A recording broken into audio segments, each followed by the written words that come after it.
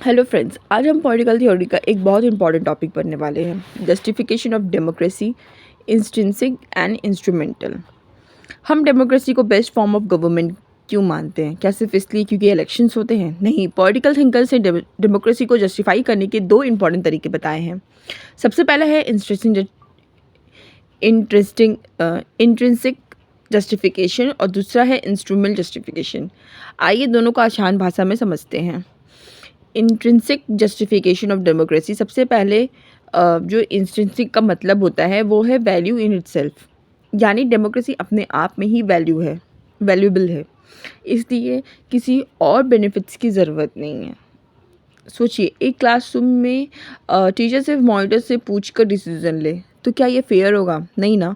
लेकिन अगर टीचर हर स्टूडेंट की ओपिनियन ले और सबको बोलने का इक्वल चांस दे तो सबको लगेगा कि उनकी रिस्पेक्ट हो रही है।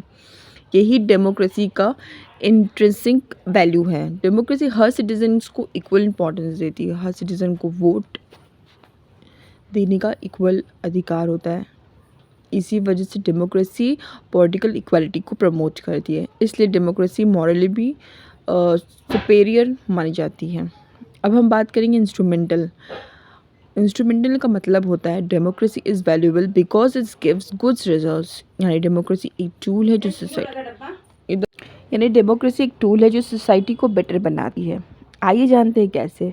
बेटर गवर्नमेंट होती है डेमोक्रेसी में। लीडर्स इलेक्शंस के थ्रू आते हैं।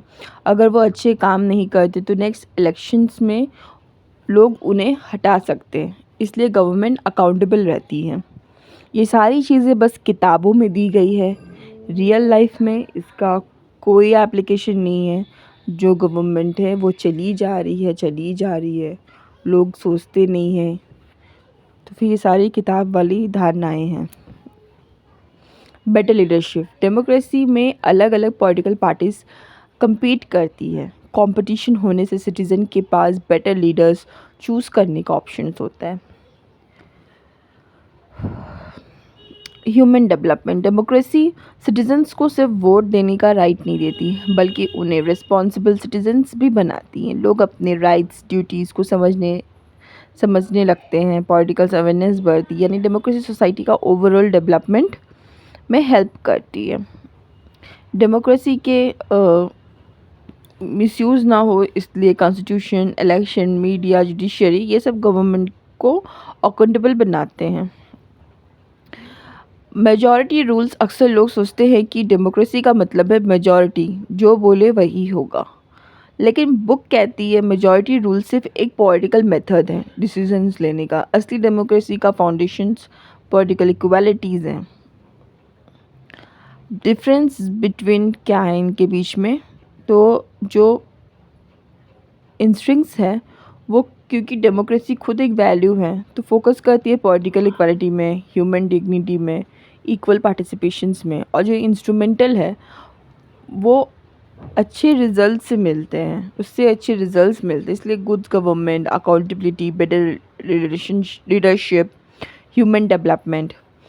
पॉलिटिकल थिंकर डेमोक्रेसी को दो तरह से जस्टिफाई करते हैं। इंस्टिंक्टिव व्यू कहता है कि डेमोक्रेसी अपने आप में वैल्यूएबल है क्योंकि ये इक्वालिटी और पार्टिसिपेशंस को प्रमोट करती है।